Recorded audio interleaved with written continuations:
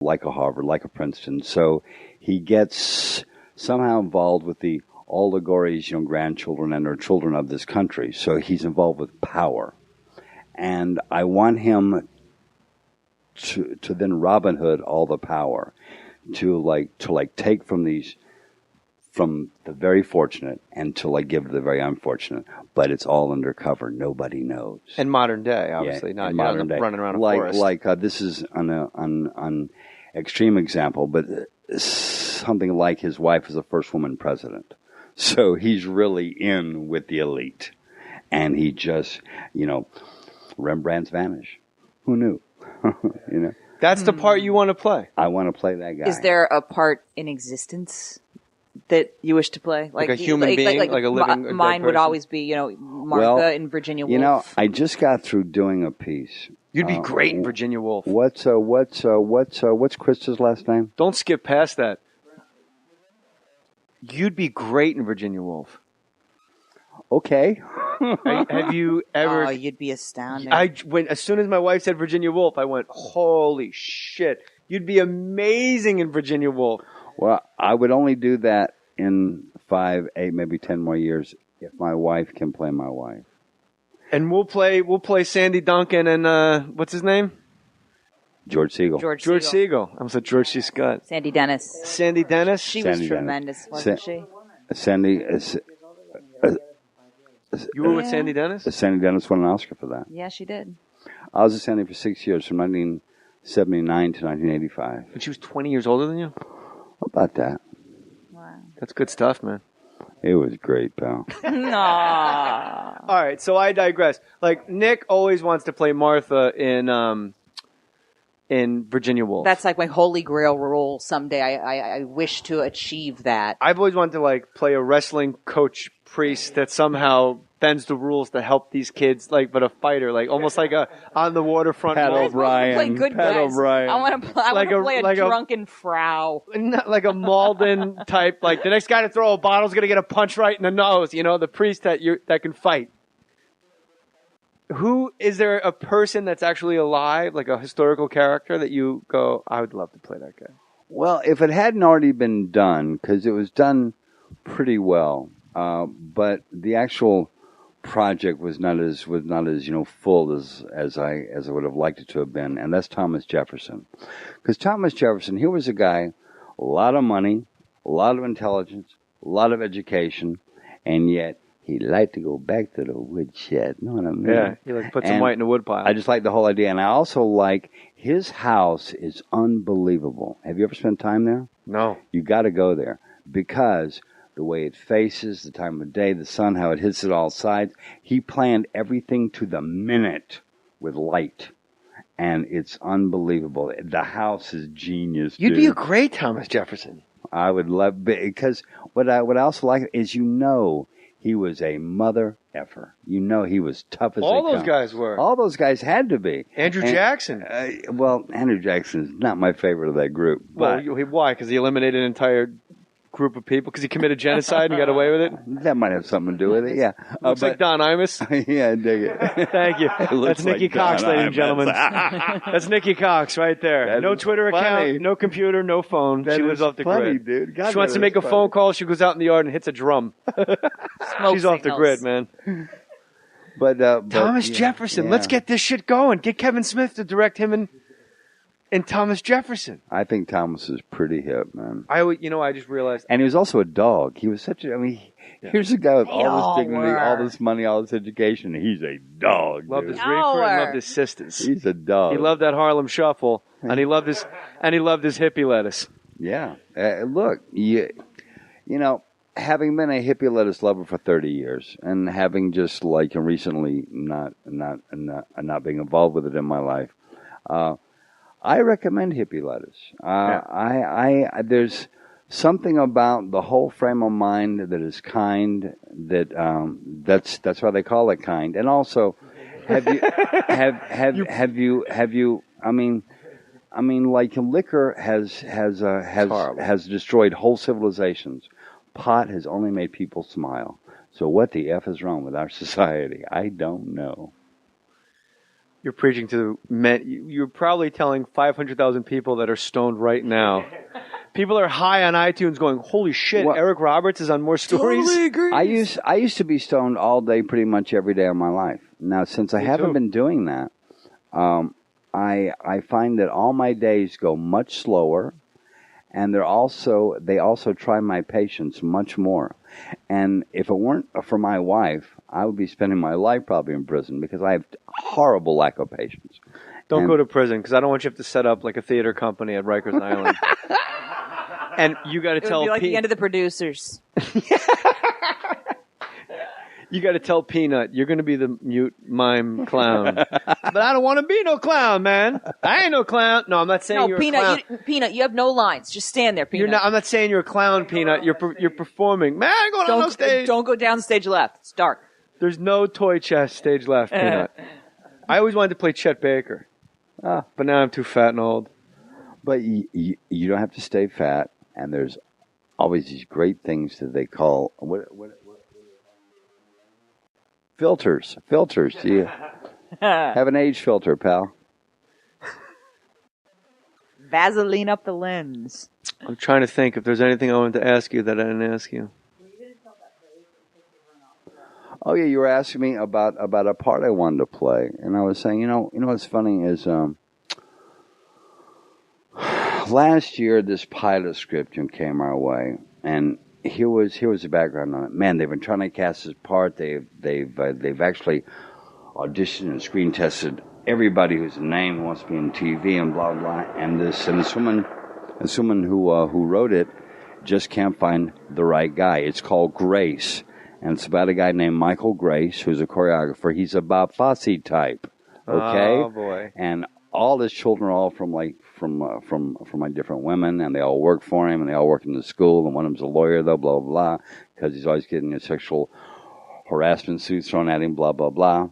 And I read the script, and I said to myself, I want this. So I went after it, and my wife helped me prep it. And I went in and I auditioned and then I screen tested and I got it. And we made the best pilot I have ever seen. Oh, it was a pilot. It wasn't a movie. I didn't hear that. Yeah, it was a pilot. It's called Grace. Unbelievable. And we had the hour after Dancing with the Stars. And that's when it was going to air, blah, blah. Oh, my God, I can't believe this.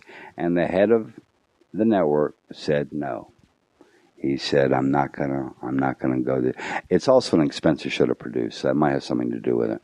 But he said no. And I haven't ever been more disappointed. In fact, I was more disappointed in hearing no to what I thought was a sure thing. I thought I was writing a whale. I thought it was a sure thing because it was brilliant. It was so well done. And the dance was done by the lady. So you think you can dance, that lady? What's her name, honey? Mia Michaels. She is a genius, and we had a great show. Everybody thought so, but the head honcho put the kibosh on it, and I was more disappointed about that than I was about Don Amici taking home my trophy. Yes way. No way. True story. Really? Because it's one night as opposed to potentially I thought 5 Klaus years was going to win the loss. Oscar, so the fact somebody else won it, was what So it you were was. disappointed for Klaus and you. Yeah, right. But I knew I was writing a whale with Grace. Grace was brilliant. Everybody in it was great, and I was on board. And suddenly, we were told no. And So I asked you earlier if you dance. You said you fall down a lot. I'm a choreographer. I'm not a dancer. So there was no shots of you Roy dancing. Scheider couldn't dance, but he could I and all point. that jazz. You point. I point and say 5, 6, 7, 8, and Yeah. Wow. I can't imagine the fact that Eric Roberts, auditioning for a pilot. It's so hilarious to me. All the other guys, the ham and eggers, sitting in the room waiting to audition, and then Eric Roberts walks out, and you're like, well, then what am I doing here? If Eric Roberts I'm just gonna walks go in? home. Yeah, I mean, you probably scared off 24 guys. They went in, just took them completely off their game just by leaving the room in front of them. Very presence. That's mean. No, it's not. It's true. No. I have a question. Do you find comedy or drama more difficult? Well, it all depends on the script, because one can be as hard as the other. But for me, of course, it's comedy.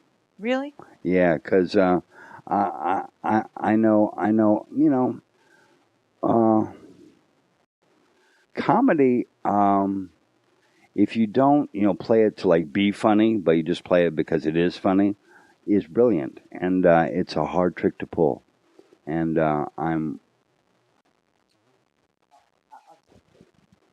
Most of my casting has been in situation comedy. And I finally had a thing made for my desk, and Eric used to visit me in this office that said, comedy is dead serious. Because you really know, and we all know here. I mean, whether you're producing it, writing it, casting it, acting in it, you're not laughing during that process, because to find people, because you can interpret drama. You can say he did this with the scene and we loved it, and the other people. But if you don't get the laugh, you don't get the laugh. But see, what you're saying, I think, is the exact reason Nick and I disagree with you and Eric. Like, we have this conversation, not constantly, that would make us crazy people. We've had this always, what do you want for dinner? Let's get back to comedy or drama. Whereas comedy, to me and to Nick, is easier because it's either right or wrong. There is no interpretation. Either you laugh or you don't. But when it's drama, there's a million ways to fuck up a drama. But if it's funny, you either laugh or you don't. Yeah, but you look at something. I mean, especially with comics, with your kind of comedy, Paul Rudd, the people where you don't know what they did exactly, but it was funny, where they're not there. I mean, Andrew Dice Clay did a thing on, I don't know if you ever saw his stand-up, where he does the marshmallow roast, the camping trip with De Niro, Eric. Travolta. That was in the Rodney Dangerfield Young Comedian special. We showed it to Sly for the first time. He'd never ever seen it when we were looping for. He did a great Pacino. Yeah, he did, and he never does it anymore. No, I know he did great. But anyway, the point is, the comics, that's one thing. But the guys who are actors, they're people like you could play that role you're talking about as your dream role, where you don't know what you did, and you can give that those same pages to Eric, the same pages to you, Zach Levi. Remember that used to happen all the time, and you'll pick it up and do it, and Eric can pick it up and try to do the same thing. How did it, like, it slipped out of his hand? What did he do? You don't know exactly what it is. It's a thing. The reason you think it's easy is because it's easy for you. If you think it's that you can find that many people who could do that, I'm sorry, you're dead wrong. Try it. Nick, go produce something. Yeah, because all bullshit aside, Jay, you're a funny cat, dude, and that's a gift. You have that gift. I think I was born a comic, though. Oh, shut up, Jay. Just shut up. And you were born an actor. I mean, the fact that you went to London at, 17 to study in London, to study 15. Acting? At 15? That's a pretty hefty commitment to the craft, as they say. Like in comedy, you're just going to bars and you're making mobsters in Staten Island laugh and getting free booze afterwards. It's a way easier. It's like a water slide compared to the acting path that you've chosen. Or it chose you, I should say. Yeah, but it's a cultural tunnel that you know where it goes, and that's why you're funny. I mean, all comedy is based on the culture, and cultural tunnel. You have an inroad there, pal. You understand that. You did smoke a lot of grass. If you come up with cultural tunnel, man, that's amazing. I spent a lot of time in my cultural that's tunnel. Really good. You got to come. I'll tell you guys when I'm performing in town next. You guys got to come. And I want to say to wrap it up that your makeup artist, she does have the easiest job, because now that I've sat here for an hour and a half, you do have a very small face. She doesn't have to work very hard. If you were like one of these big-headed fools running around, you have just a big old balloon head. Just a big balloon head. You have a small face. Warren Beatty has a big head. A giant heart, an incredible wife, an incredibly talented daughter, a talented stepson who likes the world. People go out. Keaton Simons, right, my YouTube. Yeah, guys, you can go to my website, ericrobertsactor.com. There's a link to Keaton Simons. Blow yourself away, because I can't overtalk this kid. My wife says, "Shut up, Eric. You overtalk him." I can't. No, you can't. He's not a guy you can overtalk. It's like trying to explain. I don't know what. No, you can't compare it to anything. That's what I'm saying. You know what I would love to do? Big pompous ass that I am.